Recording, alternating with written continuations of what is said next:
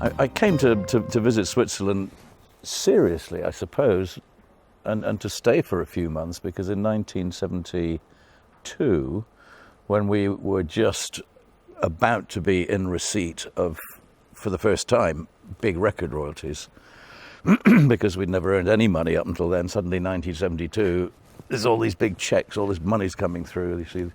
So our accountants and managers advised us that we should become tax exiles, and we looked at Ireland, we looked at a couple of locations actually in Switzerland. We went down to the southern part of Switzerland on the Italian border, and we visited Montreux. And when Claude phoned me in Paris, where I was recording at the time, and said, "Congratulations, you are now residents of Switzerland." And I said, "Oh, right, I'll tell the guys," you see. I put the phone down, I went to speak to the band and said, "The Swiss residency thing just came through, we're all Swiss residents." And they all looked at me and said, "We want to go home." Because the enormity of leaving our home country for financial gain didn't seem really right. Today is, this year is the 50th anniversary of this album, Stormwatch. Let's say in that album, and in the previous album too, you talk about nature, you talk about man in relationship to nature, some sort of a mainstream issue today.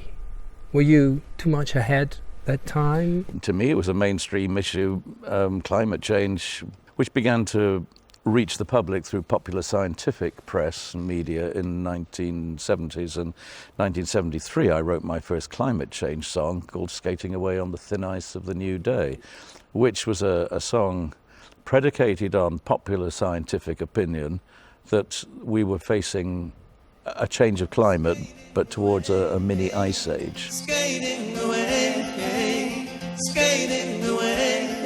on the thin ice of a new day.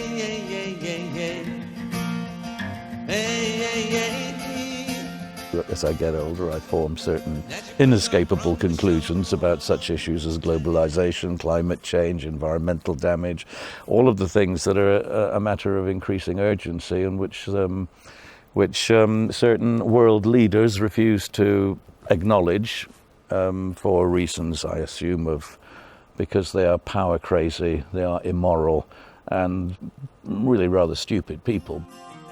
In the wee hours I meet you, down by Dunringill, Lord, I'll take you quickly, oh, by Dunringill. What do you think about Brexit? Well, you know, if I could wave a magic wand, it would be to go, poof, Brexit, gone. Let's think again. And the first way to think again is revoke Article 50 and let's consider the whole matter afresh, in the light of what we know now, which is a whole lot more than we did back when people voted in the 2016 referendum.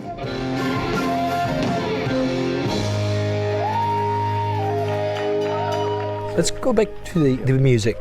Stage is so important, concerts are so important. What do you find there that you won't find elsewhere? Other people go to the gym, or they go running around the lake. You know, they do those sort of things sometimes in quite an obsessive way.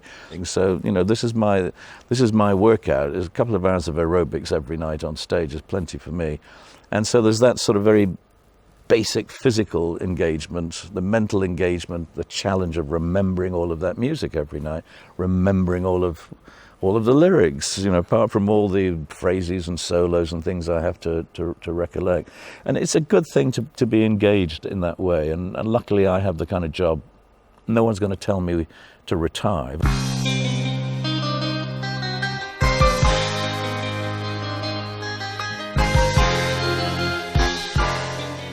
Lots of fans are waiting for your solist album. You said you have 50 minutes of music? Well, I've there's 4 songs finished and mixed. Another 3 songs that I have yet to do the vocals on, and then another 5 songs I have yet to record. And hopefully during the latter part of this year into January, February, I'll have the time to finish it. But the thing is, when I'm touring, you know, and I get home for a couple of days, I actually do want to take the dog for a walk or sit in the garden and, you know, smell the roses or something. I just can't. I don't want to do what I did when I was in my 20s.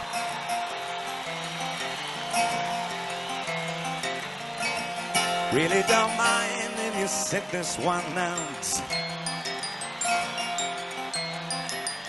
My words but a whisper, your deafness, hey, shout. Jethro Tull's music is not just progressive music. What it is, what is the identity? If you could. You know, I'm not a musicologist. It's not really for me to talk about that. But because I'm a restless soul and get bored easily, I like to, you know, sit down in a room with a mandolin and that's the song. Or sometimes I want to hear some big loud guitar riff and it becomes more of a hard rock approach to the music. And sometimes it's with a string quartet or an orchestra. I mean, I get bored easily, so I tend to fool around. And your wise men don't know how it feels. Yes, oh, to be thick as a